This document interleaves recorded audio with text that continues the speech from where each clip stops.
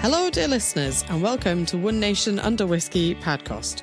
My name is Jessica Rabbit Guillermo Lomas, and I have finally been allowed out into the wide world to do my Dora the Explorer reporting. So this is a dream come true.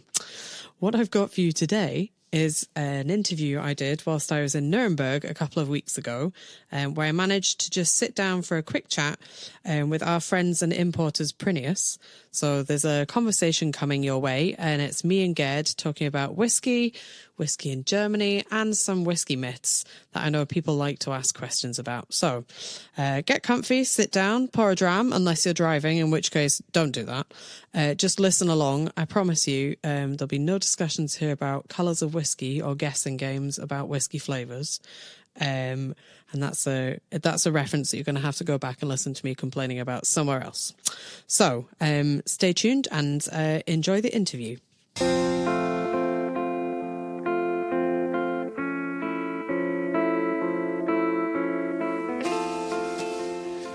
So, hello, I am here in my first annual report of all things Dora the Explorer Whisky Adventures, as I was threatening on several podcasts. And I am coming to you from the sands of time now, but we are sat in Nuremberg, and I am joined here by our good friend, Gerd, who I'm going to get to introduce himself in a second.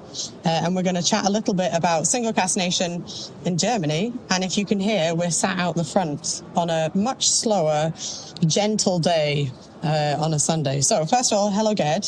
Hello, Jess. Thanks for joining me. Thank you for having me. Yeah. So, as I'm sure you are a regular listener to the podcast, we have lots of people with nicknames. And I could invent a nickname for you, but I think you have singularly one of the best surnames I have ever heard. Could you say it for the listeners of the podcast? Oh, my surname is Schmerschneider. Perfect. There's no nicknames needed to be invented there, I think. Well, sometimes they call me in private Schmeri. Schmeri. Yeah. Well, that sounds quite My cute. wife does as well sometimes. Yeah, it sounds like the kind of thing, like a Shetland pet name. I like that. Okay. So I am joining you here. We have a lovely big stand. You are our importers, Prineus, here in Germany. Mm-hmm. And we have spent all weekend talking and pouring drams for people. Would you like to tell us a little bit about Prineus and what it is you do in Germany? Yeah, actually, we're an import company and wholesale distribution company. We're looking out for several brands from all over the world and importing them to Germany. So, and then we sell to resellers all over Germany. That's our main business, as you can say. So, we started the company about more than 20 years ago. It was a little bit by accident, I would say, by accident. I've been to a whiskey club. I was a bartender before that as well, and had another business, and wanted to do some change for me. And whiskey was always a bit of a hobby for me, like most of the people who got in the industry, I think, or many of them. Anyway, and we've noticed that there was a new company popping up in the UK called Compass Box. Oh. You may have heard about it. And nice. These days, John Glaser was with his guys. There were only 3 people at these days, John and 2 colleagues. And they were in a small office underneath a hairdresser in London. So, the hairdresser, I still don't know the name. It was Owen Marshall. Anyway, I dropped him a line because we were interested in visiting. We've seen some of the bottlings, and they were quite interesting, really good stuff. And he's making many things different, as you know. Yeah. So, and then from these days, we had these easy, cheapy Ryanair flights where you can go for $30. You can go over and back in one day. So we left in the morning, go to the office at Compass Box, popped into the hairdresser. We're quite surprised it is really a hairdresser, and then asked for Compass Box and say, yeah, just down in the cellar. Wow. So we sometimes sleep under the... Yes, it was. And down there were huge desks full of samples, and 3 desks for the guys doing something like that. And we expected to have half an hour or something with John, but it turns out in 3 hours we were sitting there having samples, etc., etc. And then at the end, I was asking John why there's no importer in Germany for his stuff. So he's got so much to do with the US because he's an American, and the French market and the UK market. And he said, what about me? I said, why? I said, I want to do something different. And I'm pretty sure that for your whiskey and the way you're doing it, a new approach for importing whiskey to Germany would be helpful. Definitely. So we came up with that, agreed to a certain amount of cases that we would do in the first year. And then, from this on, this started the company. And so we bring many new brands to Germany. So we're quite experienced in bringing some, not to say exotic, but brands that turned out to be famous later, I would say. Right, you guys are the very beginning. The OG of bringing different brands to Germany. Yeah, for example. So we did something like the first Makamura from Sweden. We brought to Germany first, where we had Penderyn from Wales. Mm-hmm. And we started, after a short amount of time, we started with Japanese whiskies. And in 2004, 2005, nobody was talking about Japanese whiskies. No, not the Hanyu bottlings, not the card series. And we have to talk in every drum into the people because they say, well, it's good whiskey, but it's Japanese. Oh, my goodness. Yeah. And just giving away Yamazaki 18 and Hanyus and... Yeah. What a time, absolutely. And we had some single casks here for the market and so on. Some of the card series from Ichiro, nice. We only received a couple of bottles, and it was really tough selling them these days, which is... Today, everybody that has a bottle, can you imagine, is a fortune. I would have retired already if I took all the bottles for me. Yeah. Anyway, and we have these kind of brands, and of course you get more respect because you have the brands. They might sound strange, but they're always interesting. And that leads us, in a way, directly to Single Cask Nation, because you guys always have something special that is not really on the list for the other independent bottlers. Yeah, well, the world of independent bottling in the time that I have known and done bits of whiskey jobs, and certainly since we were founded, it's a totally different scene now compared to where we started. I always tell people at festivals that, as far as I'm aware, and we have fact checkers on this podcast who will write in and tell me if I'm wrong, but as far as I'm aware, we are the only independent bottlers who started in the US and then sort of moved home. Yeah. Which is kind of strange. We have, obviously, it's quite common that, independent bottlers start in the UK and then they expand to markets like the US and into Europe, or European bottlers who look to get access into the US market. I don't know anybody else who has done it in the way around as us. So. No, never heard. Yeah, I think that's part of the fun. It's a nice little unique story to tell. It's a bit confusing when they're presented with me, especially here in Germany, and I explain that we're an American company. I'm not American. Which is like, raising an eyebrow, It's like when we came with Compass Book and say, well, the owner is an American. What? Yeah. How can he dare to make whiskey? I think for me, one of the joys of traveling a little bit and doing whiskey festivals, especially coming to Europe, I think because there are so many distilleries in European countries, we're very spoiled in Scotland. Mm-hmm. It's very easy to be a bit kind of pigeonholed and only think about whiskey comes from Scotland. Yeah. And yet here in this enormous exhibition hall behind us, there's tons of German distilleries, and then of course there's distilleries from all around Europe. There's Austrian, there's the guys from Finland are here. There's a whole bunch, including on our own stand, Danish distilleries. And I think that's for me really fun to come and experience stuff. Big variety here. Being part of Prineus is great because we have such a diverse portfolio that I can, in between pouring jams with people, I can take a little wander down the stand and I can come and see Sharon at Indri and taste some Indian whiskey. It's too busy today, but it could come all the way down to Christoph and ask him about two. And then we have, of course, Gary from Lindor's up to the other end of the stand from me.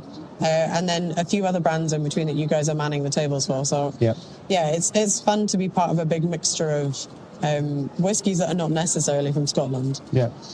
Is that deliberate? Do you guys have a kind of vision of, are you trying to collect us all like Pokemon stamps, like one Scotch, one Japanese? It's just about, we need something that really spreads our portfolio in a good way, we have to say.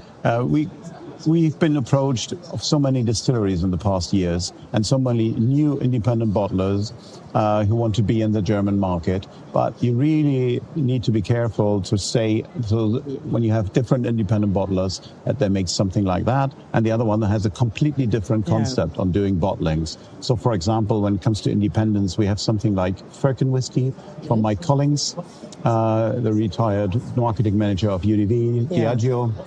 And then we have Finn Thompson a young guy from Scotland, but he represents the 9th generation in Scotch whiskey business. So always fun to have these bottlings, and he's got some really good connections in the industry because his grandpa owned Ben Eagles before.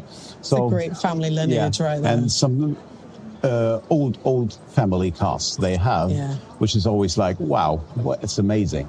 And next thing, for example, we have J.G. Thompson, which is a sister company now for Single Cask Nation. Yeah, so I hope I've been doing Tim a bit of justice, talking about J.G. Thompson and pouring some J.G. Thompson drams. That's funny for me because I've been Single Cask Nation for a good while now. Yeah. To switch my brain out of presenting whiskey in single cask format. And obviously J.G. Thompson works with small batches, blended malts, totally different profile ideas. That's quite fun for me to be talking both things and sharing a table with those too. I think it's funny to see. I think it's probably the first time ever that the next brand from this company who owns Single Cask Nation and J.G. Thompson, Artisanal Spirits, has another company called, you might heard, the Scotch Malt Whisky Society. Some kind of weird club from Scotland, picking casks and selling casks to the members only. But we have them all three side by side at our stand. Yeah. And I think that's really interesting to see the different concepts side by side. And and people like that. Yeah, people have liked that, and it's been fun. The SMWS guys have been very kind to me and sort of showing that we're a team and presenting the drams and taking turns. I've poured a few drams to them, and they've poured some of my whiskies.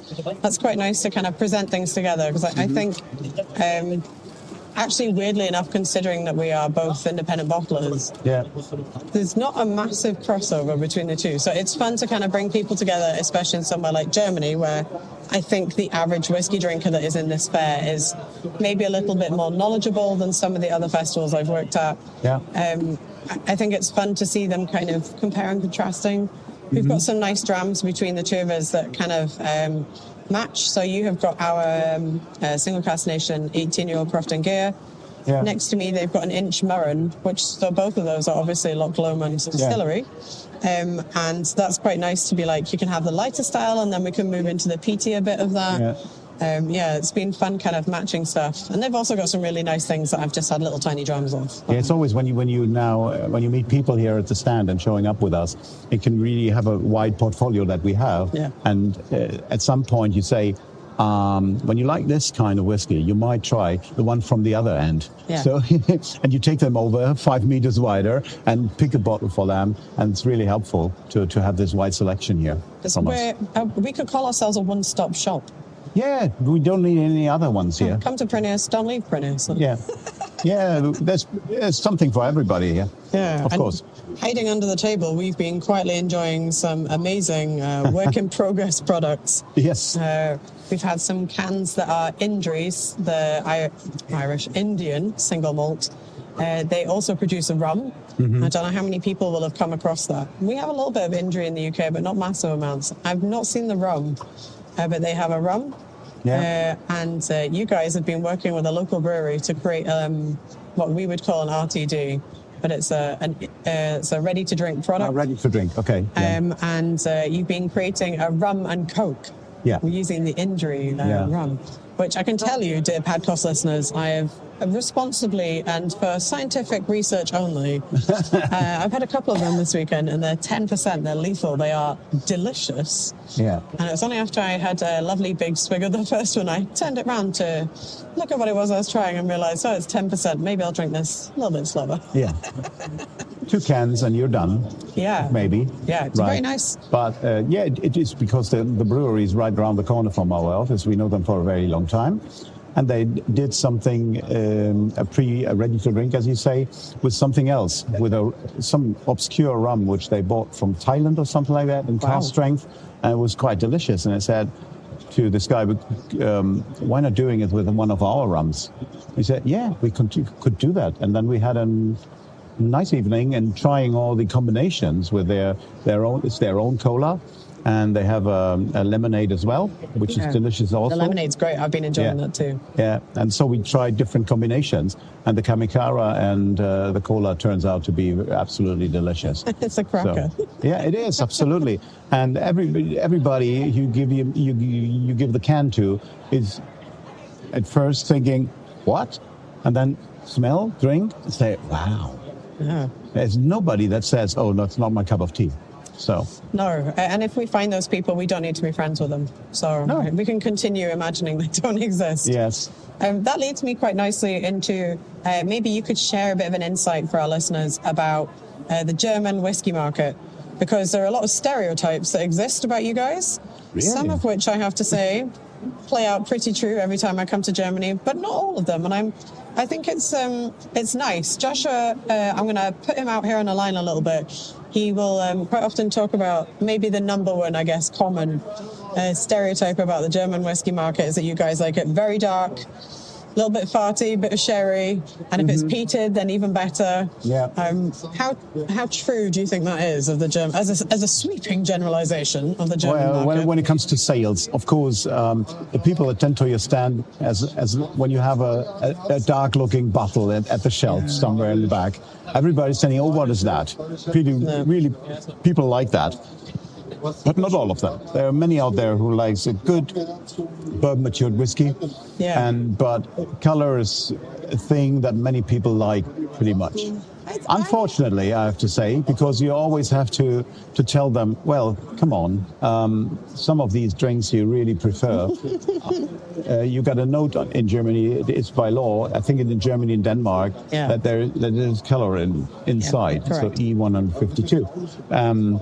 And most of them are not aware of this. But it's good that we have this mark on the label so that people can see, at our stand, of course, we don't have anything that is colored. No. With just natural color. But even then, we have some very dark bottlings, and people are always attended by this, even if they like others. Of course. Yeah. I wasn't aware that it's just a German thing, but... Well, I think you guys have certainly internationally got a reputation for it, but I can tell you, having worked at whiskey shows all around the world, we are all guilty of it, of walking up to the table, look at the color of that one. Yeah. And it's really hard. I try very hard to train myself away from that school of thought so that I try to look for something that's, I call it peely wally, same color as me, pale and interesting. And I've had lots of really interesting conversations here in Germany this weekend and also last year when I was here in Nuremberg about pale and refill casks and how that allows the spirit to do a lot more of the talking than it being heavy wood. Jason will tell you that we are not color guys. Yep. And I'd like to think, by and large, we stick to that. We try not to be motivated by picking the darkest possible cask samples. Yes. Mm-hmm. Makes sense to me. He definitely, he's gone full hog with it. He's Team Balmenic, which I'm looking around now because every time I have mentioned Balmenic at the stand, my friend Stuart Baxter, who is the global ambassador for Inverhouse, or the owners of Balmenic, he has popped up like some sort of leprechaun. From behind the table. It was getting a bit Beetlejuice. I was starting to get a bit creeped out yesterday. But yeah, the one that we have on the table with you is our 11-year-old single cask, full bourbon matured, and it's great. It's a really bright and spritzy little classic space cider, really fresh and fruity, and I think a fun kind of antidote to the heavy sherried whiskies that I think is a commonplace in the market. So yeah, I think that's definitely... It's funny if you're maybe not aware of it, but yeah, definitely Germans are famous. There's a lot of, I would say, mean comments about you guys and sulfury whiskies. Actually, we have that kind of people here in Germany, and I know that many from the outside say, we cannot sell that cask anywhere except Germany, because there are people who like it. I really know some people who really like this sulfury, dark, sherry whiskey, which I wouldn't bottle for myself, never ever. But we have a market for that, and I think they don't even get the sulfury note because of their genetic things. Maybe. I don't know. Maybe they're not able to smell it. Probably, I don't know. But it's popular in Germany. So, for example, from Indy, we received some cask samples, which they say, "I've heard that Germans like these kind of whiskies." Said, "Yeah, let's give it a try." And she sent over some samples, and some were really weird, but one was quite good. So we took this cask for Germany here and had the samples at the stand and already sold a couple of bottles, even if the container has not left India yet. Perfect. Yeah. Perfect. You can't go wrong with that. So why not serving the people, the things they like? Yeah, well, because apparently, and I have to be reminded of this regularly, we are businesses, and apparently we're here to make money, not just entertain ourselves drinking whiskey. Oh, which is glad you named that. Every so often, when I pick casks, I have to think, no, I need to think about this as a broader appeal other than myself. So yeah, that's that's always in my mind. How about something we have discussed on a recent podcast episode? We've talked about bottling strengths. Yeah. So obviously Single Cask Nation is cask strength whiskies. Yeah. And in the US, our nation friends are very much into as high as it can go. Mm-hmm. And I sometimes wonder if that's a cultural thing, that bourbon can be extremely high in ABV. Yeah. Whereas in the UK, we don't really have a natural kind of want for things, I think, that are that strong. We don't have a history of making bourbon, but also we don't really have what exists here in Europe, which is, the culture of snaps. And I wonder if maybe that's why we're not so necessarily drawn to the extremely high ABV whiskies. Mm-hmm. Do you have something similar in Germany? Do you feel like people have a kind of sweet spot of strengths for whiskies? When it comes to high-strength whiskey, the thing is, of course, that we have in Germany, you have very low alcohol taxes on that one. So the difference between a 46% whiskey and a higher-strength whiskey is not so big as, for example, in the UK. Yeah. I think the taxes for alcohol in the UK are 3 times higher, and we have it in Germany. Yeah. And Germany is one of the lowest in Europe. So we are in a happy position. So that's why we always expecting things to have a higher strength. And really, from my point of view, I like cask strength whiskies because I can adjust the level I want to have on my own. So I don't want to do it every day, so I grab 46% or whatever, grab bottles as well. Yeah. And if you want to sell bigger amounts, of course, it's easier to have a 46% product. But when it comes to single cask bottlings, I think it makes perfectly sense to have them in cask strengths. Yeah. By the way, it is easier for the bottling itself. Right. It's certainly, as the bottler, it makes my life easier if we're not having to work out dilution and how many bottles that adds into an outturn if we're bringing it down to 46%. If it comes out the cask, it comes out the cask, is what it is. We've had a really good run here. Our little Glengarry 21-year-old has been very popular, and that's a perfect example of... I want to sound pretentiously calling it, like whiskey in its most natural form. That's a whiskey that was filled into one cask as new make, put into a lovely bourbon barrel, bourbon hogshead, left alone for 21 years, and then it's been tipped. We've done nothing with that. We've bottled it, and we brought it to Germany. Yeah. And it's gone now. And now it's gone because people keep coming and asking for it. How rude is that? But it's fun to have within even our smallish collection on Single Cask Nation, something like the Balmenics and the Glengarrys and the Crofton-Gears that have spent their whole lives in one cask. Yeah. I think that's a very easy concept to understand. Right. But I also think increasingly independent bottlers talk about finishing and re-racking and taking that liquid and putting it into something else. Yeah. Maybe you could, I don't know how many of the listeners maybe will have heard of Firkin. They have quite a unique approach to casks. Oh, yes. Yeah. Could you, for the listeners, briefly explain I just want to come back to when you say that independent bottlers are doing finishings and so on. We have some independent bottlers that really look forward to buy some brand new PX Oloroso or whatever cask from Spain, quarter cask size, just to add lots of color to the whiskey. And accidental sherry into their liquid. Yeah, and the thing is that many of them, with their finishes, they cover just the spirit that's inside the cask. You can't get anything else than the sherry is overpowering everything. And unfortunately, there are many people who like that in Germany, but some independent bottlers really aim to that. Yeah. And that's, for me, it's completely wrong to do it that way, because you recover things and you have some really poor spirits that you cover with these off you're hiding. Sherry notes. I'm going to do a hand signal, which makes no sense in an audio format, but I like my whiskies to do a circle. I want it to start in your nose, and I want it to pass through into the palate and the finish. I want you to have gone the full circle and come back to where you started. And hopefully that makes you reach for the glass and take another sip.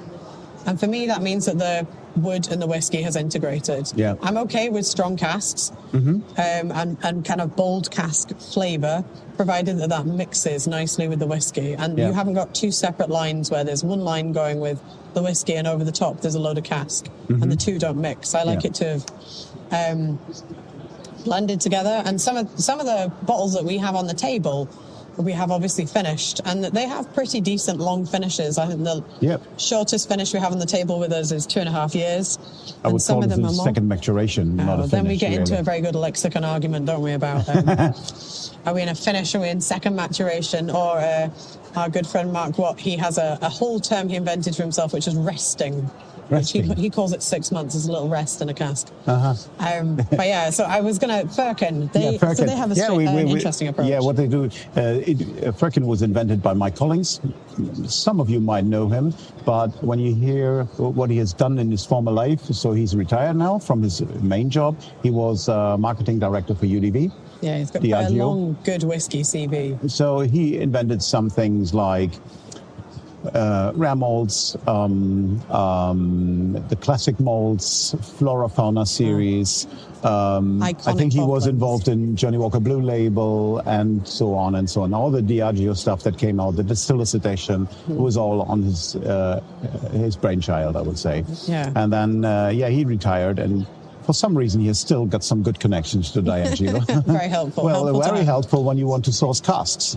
So, but he doesn't want to be an independent bottler like the others. So he said, okay, well, we'll do something else. So he has some specially built casks for him. They are half American, half French oak. Mm-hmm. And then he seasoned them with a sweet wine. And he always takes a sweet wine that fits to the original whiskey in there. For example, there's a Colilla with a masala finish. Yeah. It's not a finish here. It's all second maturation. It's about 2 years, roughly. No. And then he has some distilleries that are really, I have to say, a hidden gem. Yeah. Like Tullibard and Tierninig. Not so often you see them on the market, or Deluan, producing a lot, but you don't see them very often from independent bottlers. And he has always tried many combinations of the sweet wines and the original whiskies, and fixed about 4 or 5 of these. And the result is quite impressive, I think. Very, very good drinkable, easygoing, but on the other hand, very complex and entertains you. The glass, I think the glass entertains you for half an hour or something like that, which is always good. Yeah. I like it when I have a whiskey that tells me a story, and then after 10 minutes, it's another story pretty much. Or half an hour later, you detect something new that you haven't discovered the way before. I love that. And Firkin is really doing that as well. I think we have it in a couple of our bottlings too. I always feel a bit, I'm going to say, sorry for the whiskies. We have a couple of lovely whiskies that are... they are casks that I think just need a bit of time in your glass. So they do exactly what you're talking about. You know, they tell a story. They will reward you for the patience of just pouring it and let it sit in the glass for a bit. The trouble is, when you come to a whiskey festival, especially one as big as this one, you want to try responsibly as many samples as you come across that you think look interesting. And you can't do that unless you either bring several glasses or you just take time out of the whiskey festival and go sit down somewhere, which in itself is a challenge at a whiskey festival. So we've got the Longmorn with us, and that's one that will sit very happily in your glass for 30 minutes more. And obviously, I'm telling people this as I pour it, like, it's delicious already when I pour you it, but if you take this home with you, the reward of being patient and letting it sit for longer is even better. Yeah. So, I think that's for me, one of the problems with whiskey festivals, that there's so many things I want to try. I'm spoiled for things that I want to go try in a short window frame. And there's only so much you can really taste of whiskies before at this festival you can choose from thousands of whiskies here, from old and rare to brand new and new distilleries, and funny things to weird things to everything. So I can show you some distilleries who are doing the job in Germany, for example, for many years. And the whiskey is kind of obscure, I have to say. But he's got his friends. He got people who likes it. So everything is okay on that one. So it's really fun. And when it comes back to whiskey, for example, when you have a tasting in a hotel and you leave the last drum, you take the glass home with you and it stands next side to your bed. And next morning you get this glass and smell it and say, oh yeah, that was a great evening. That's perfect. I had this conversation yesterday, actually, with somebody about the concept of smelling empty glasses that have had whiskey in them. And I was like, we talk about this quite often on the podcast. We're in a safe space here. to somebody who's not interested in whiskey, that is an exceptionally weird thing to do. Perhaps even arguably a bit lazy. It's because you can't be asked to wash it up, which is true. I also hate washing up. But there's something nice to come back in the morning and have like a little nose and a smell of what a great dram you've had. It works especially well, I think, with obviously smoky, peaty ones. Yep. You get that kind of like end of the fire, bonfire stuff, which is lovely. We were talking about if you're in a household with everybody in the household understands this and are on board with the concept, then that's fine. If you live with somebody who is not really a drinker, certainly is not a fan of whiskey, and they come down in the morning and find you sniffing empty glasses, it's time for you to get some help there, Gerd. Let's no more whiskey for you. So my girlfriend is adjusted to that, so she doesn't worry about it. You've trained her well. Yeah, we were talking about what a strange thing that is to be like, just actually, I've not washed it up. I'm just going to have a little sniff of what that is. Yeah. I want you to tell our listeners about the Compass Box bottle, which is on our table, because it's a really special Compass Box, and I think it's a cool story that is very. Yeah, that's the Compass Box bottling. We have a Facebook group where I am the admin for many years now, because this group already existed, and it was just laying flat, because the original one who founded it left this group, and nobody was there, and for some reason I was asked by Facebook, KI, whatever, do you want to be the admin? Destiny. I said, why not? Because we were importing Compass Box these days, and yes, we bring up the group, I think, from 400, 300 people up to now 1,700 people. But really, they're the Compass Box nerds you find there from all over the world, which is always funny to see when you see people from the Far East, from the US, and from Europe, seeing all these Compass Box lovers everywhere. They're exchanging the bottles that you can see exclusively in the US and so on. Good community. And so the idea was that we want to have an exclusive bottle for bottling for this group. Okay. So, and I give John Glaser a call and said, John, can we do something about this? And by the way, it would be a great idea for me to be involved in the blending. Selflessly, I will volunteer my time to come and help you on this one occasion in case you need some help. I don't think he needed help, but he was... he loved the idea of doing that, and said, of course, you're more than welcome to come over. And then we had a nice, very long afternoon in blending this whiskey together with James Saxon, his whiskey maker, John and me. And we were agreed that everybody has to love this whiskey when we're finished. And my impact was that I wanted a bit more peatier style, and we want an elegant combination of a sherry and smoky whiskey, which is really a thing in Germany, is much appreciated. And we found a good mixture on that. You can see the recipe, of course, as always. I love that. There's and we have them on the table, a great kind of like pictogram that explains the shapes, and they also disclose chunks of the recipe. I think is great. Yeah, it's an extra level of nerdery attached to what you've got. And the final touch was when we wanted to have it a bit smoky and a bit more complex and a bit more body, that James said, we can add this 19-year-old Ardbeg. So, and when we're going for 2,000 bottles, we can adjust up to 7-8%, something like that. And we'd put it inside, and everybody was looking at each other, nodded and said, yeah, we got it now. That was really the thing that punched it. A real eureka moment, I guess. That's fantastic. I actually now just said that out loud. I realised that Ardbeg have just done a eureka bottling. Look at me, I'm so involved in the marketing thoughts. Yeah, and the thing is, the name, it's called The One I Love. Yes, I was coming to the name. I wanted you to, because I think this is a lovely play on a title. Yeah, when people come to my home who are into whiskey, not me, all I know in the whiskey industry, or friends who just drink whiskey, they all pour their friends all the whiskeys, the best they have. When the bottle is opened, nobody cares how it's gone. They don't hide it in the shelf and give away the free things or the cheap things. They just say, you got to try that one. And I said, I give the people the one I love.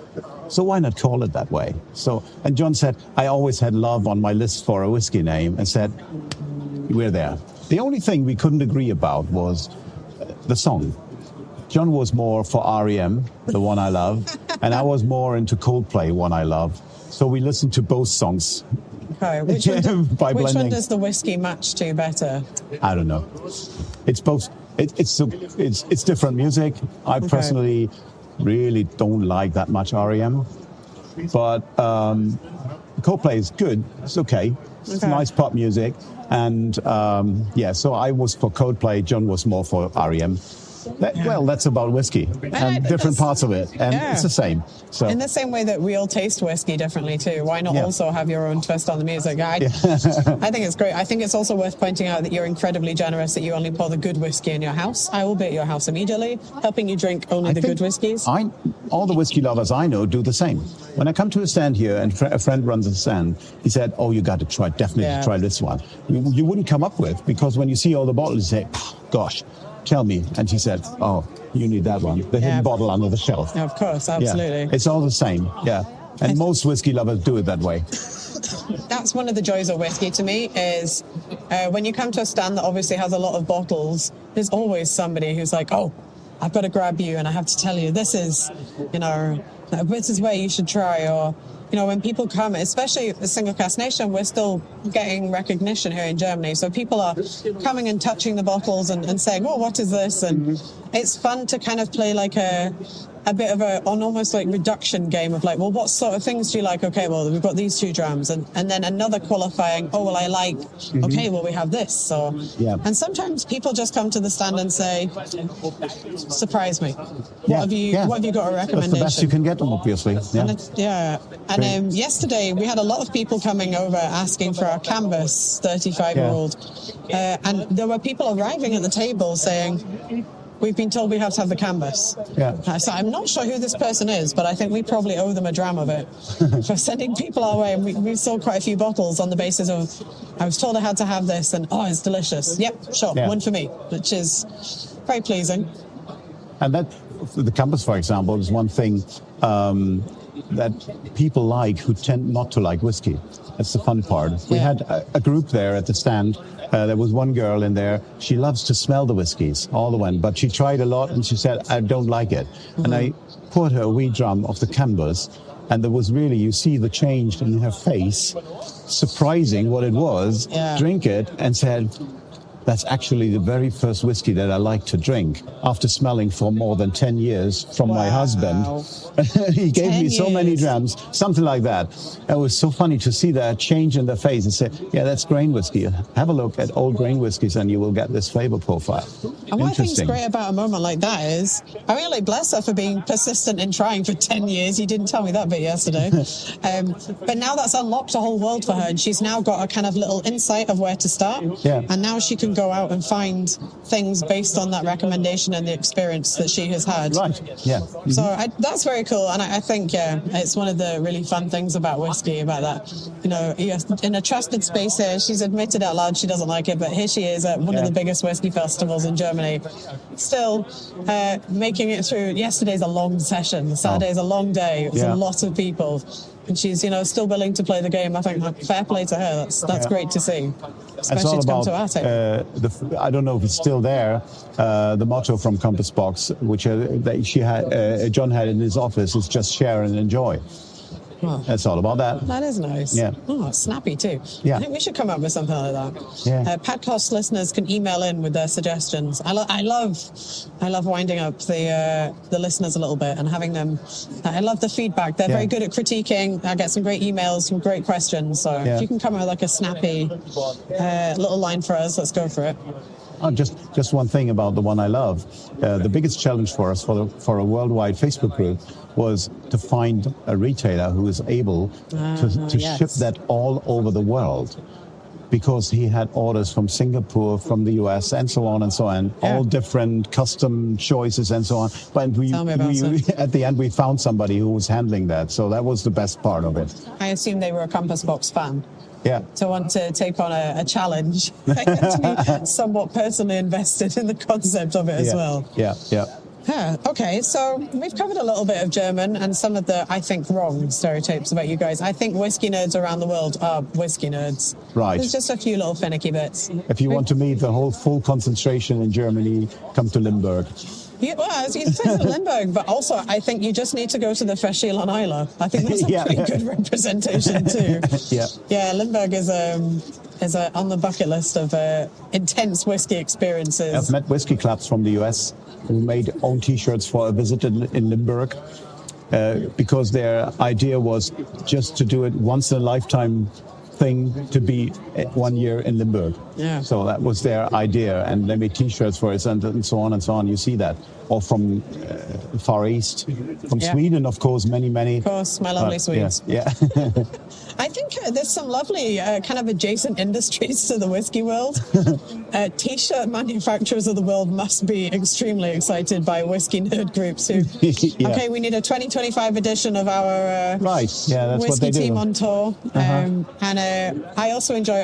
Where we're sat here in the lobby, where it's a little bit noisy, but opposite us, there's a British shop. It always tickles me as someone from the UK.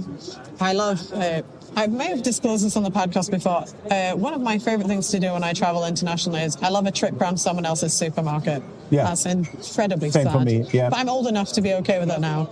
So I love coming to see what a German supermarket looks like. But I always enjoy seeing what, as Brits, we are exporting under the British banner. So opposite me is a lovely selection of delicious-smelling fudges. It's called the Fudge Store. And then the bit that really has made me laugh on the bottom of this sign, it says British Things, which sounds like it could be a Monty Python reference. Honestly, I feel like they got to the fudge shop and then they were like, we could add some other British things. So I'm excited to see repping always repping my Team Yorkshire, this Yorkshire tea, which is a shout out to Jason, who I'm trying to force out of drinking PG tips into good tea. Yep. And also I found this morning, hiding on the other end, they actually have some Tannux products. Oh. So the tea cakes that I brought you guys, there's Tannux, but the box is in German. So that Tannux must have enough of a following here for the packaging to have been translated. I wasn't aware of that. Me neither. Yeah. But actually, this is one of the things I really like to have when I'm in Scotland or in England, these kind of things. Yeah. But we have so many other products here that I'm not looking for the foreign products. It's something you taste and eat there, and then when you come back home, that's fine. That was nice. Well, except Iron Brew, probably. Except Iron Brew. He also has Branston Pickle. What I'm enjoying most about the British Things shop is the two gentlemen who are lovely that are running it. One is American and the other is a guy from Yorkshire. So there's no Germans happening here at all in the British Things shop. And obviously there's a strong tartan shortbread representation happening too. But so many customers are expats living in Germany and really looking for something like Branston Pickles. I don't know if you've heard of this thing, Gerd. We had a thing called Brexit and it's really messed up shipping. So I imagine if you're an expat here, getting hold of your Tannux tea cakes is slightly more challenging than it was previously. Yeah, definitely. Importing is much more difficult from these times on, unfortunately. That is something I have been asked is, I don't know why they're asking me because I don't do the importing here, but I've had people at the show asking, is it more difficult to be getting whiskey into Germany? So you are much more qualified to answer that question. It's just much more paperwork and higher expenses, and the haulier companies now make a fortune out of it.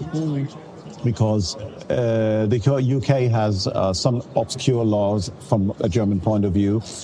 Oh my gosh, we always they really think we are have obscure laws, but when it comes to whiskey transport in the UK, you need something called a movement guarantee number. Correct. It's the only country I'm aware of that has it. So, and only some hauliers have this number, so you can only choose a certain amount of hauliers to bring the stuff over, and they charge you a fortune for using that. Of course, it's a special secret number. It's a privilege to get one. They're actually surprisingly complicated to apply for in the UK. Yeah. Big hauliers do it because, as you've mentioned, there's an extra bit of money they can make out of allowing you to use it. You, as Prineus, would not be able to get your own movement guarantee because you're not a UK company. Resident now. Yeah, it's to do with taxes and avoiding paying excise duty. It's a lockdown on that, really. But yeah, frustrating because I would love to send you lots of lovely whiskies really quickly all of the time. Yeah. And I'm fully aware of how difficult that is. And you're not even allowed to drive over, pick them up and drive them back on your own because you don't have that movement guarantee number. Yeah. And as soon as it comes out of that bonded warehouse, it either needs to be under bond, in which case your MGN comes in, or you pay the taxes, which is silly because then when you come to Germany, you're also paying the taxes. It's mean when you ship all over Europe, you have systems for the customs where you put in the things you ship to another guy and he says, yeah, I got it, and signs there electronically, and then it's gone. So it's going from bonded warehouse to another bonded warehouse, easy like that. well, UK is not anymore of that, so it is like that. I can only continue to apologise. You don't have to. It wasn't my choice either. I mean, I've traded freedom of movement and goods for collecting stamps in my passport, so that's nice. Yeah. I'm not sure. I think it's quite... You need another one soon? Yeah, so I've got a little German stamp coming in. I'll be getting a German stamp going out. What really upsets them is if I arrive in one European country and I leave from a different European country, because there's a magical thing here called Schengen. I flew into Helsinki and I flew out of Amsterdam on one trip. Okay. And so obviously when they're flicking through my passport, they're looking for the Amsterdam entry stamp. Yes. And the passport guy was extremely unamused that and I said, oh, what can I help you? And he said, no, where's your stamp? And I said, well, I came in a different country. And he sort of bumped his gums and was like, oh, well. And I was like, it's not my job to explain Schengen to you. And also, we just opted out of it. So I'm really doubly unhappy about this whole situation. Right, So there's a few Brexit whiskey related. I mean, there's other bits of life that are heavily affected by it, but that's not what we're here to talk about. So let's not imagine them as a difficulty. So I think that's quite fun. I have also brought you guys some little preview samples of what's to come in our next outturn. And a couple of very lucky people I've given tiny little samples. And I'm confident we've had positive feedback. I'm pretty sure, yeah. I look forward to hearing what you guys think. I'm going to do a little spoiler for the listeners. That one of the things I brought to Germany is an Aaron. It's a 9-year-old and it's been in sherry hogshead its whole life. That has gone down exceptionally well with everybody that I poured, so I'm excited to see lots of orders will come in for that. Me as well. I think it's a lovely little number, and it's a great reminder, I think, that whiskey doesn't have to have big numbers attached to it. It doesn't need to be in anything complicated or fancy. Yeah. And to me, Aaron are always in my top 5. That's a note to myself in future episodes where I have to name my top 10 distilleries of the year. Aaron are consistently in my top 5. I think their own stuff that they put out under their label is beautiful and balanced and considered. Yeah. And the single casks, when you get your hands on them, are absolutely smashing. So I'm really excited to hear your feedback on that. I'm not going to name the other 5 because I don't want the listeners to get too far ahead of me. But also I like to create a Joshua Hatton incomplete list, is what we call it, which is, you have to name 2 things, so you name 5. Okay. So I'm going to stick to 1. I'm going to have a one and done, very efficient German-inspired list. I'm going to throw it out here. If I had an infinite warehouse of infinite casks and I let you pick one, what would it be to bottle? Chichibu. A Chichibu? Yeah. Oh, this is a good question. I know. That's not where I thought we were going. Right, so a Chichibu. Any particular style? Well, I was never disappointed by the bottles Ichiro's done for us. So even if he sounds quite strange, I'm always amazed what he's doing. He's, for me, completely on wizard level, as I always say. Wizard's a good title for him, I think. Yeah, and it's so amazing what he's doing. And when people come to our stand, because we're importing Chichibu from the very beginning, as I told you about the Japanese whiskies, people see that we have to sometimes to take for a dram 12 or 15 euros.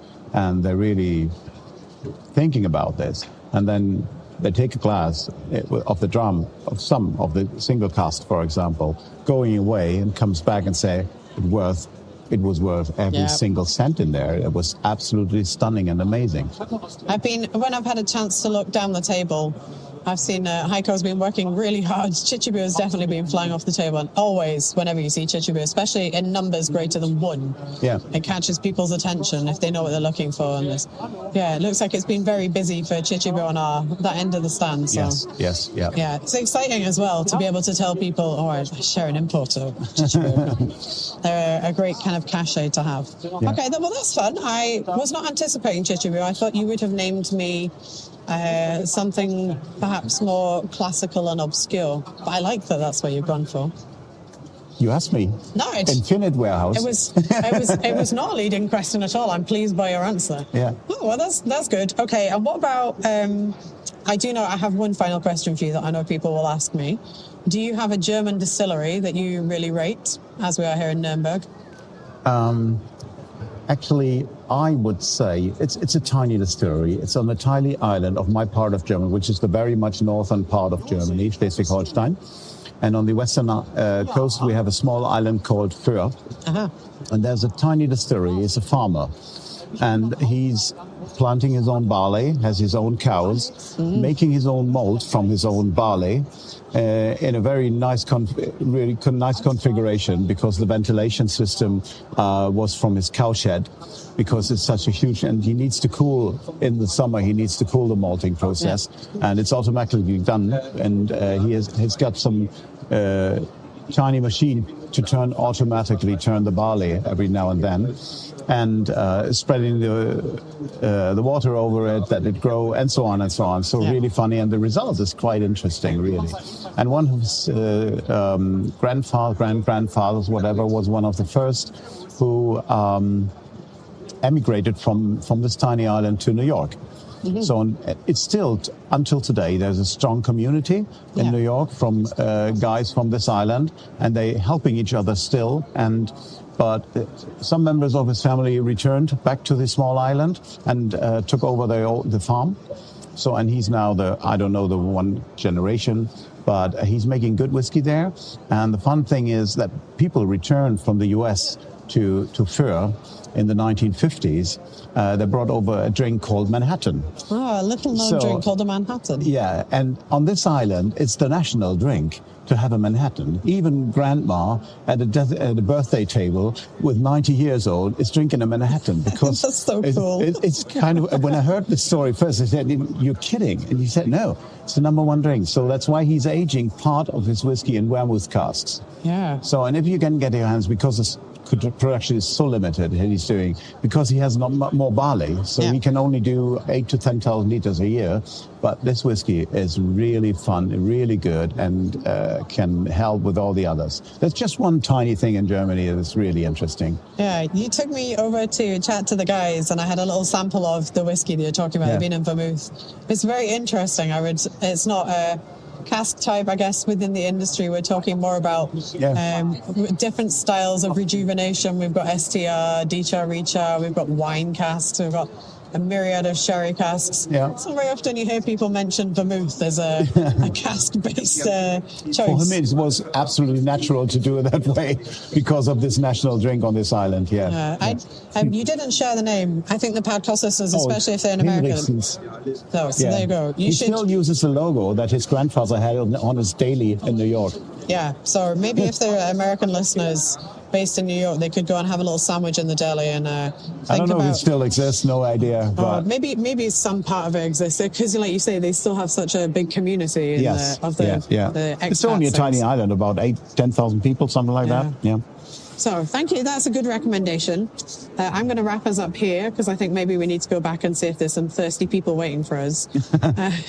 But stay tuned, podcast listeners, because there will be another, I'm sure, little interview with definitely Gerd and some of the other Prineus team for a very fun project we're working on later in the year. So stay tuned for that. Thank you very much, Gerd. And thank you, Jess. It's been fun chatting. Yeah. Let's go back and see what the thirsty people of Nuremberg have got for us. From all over Germany. Yeah.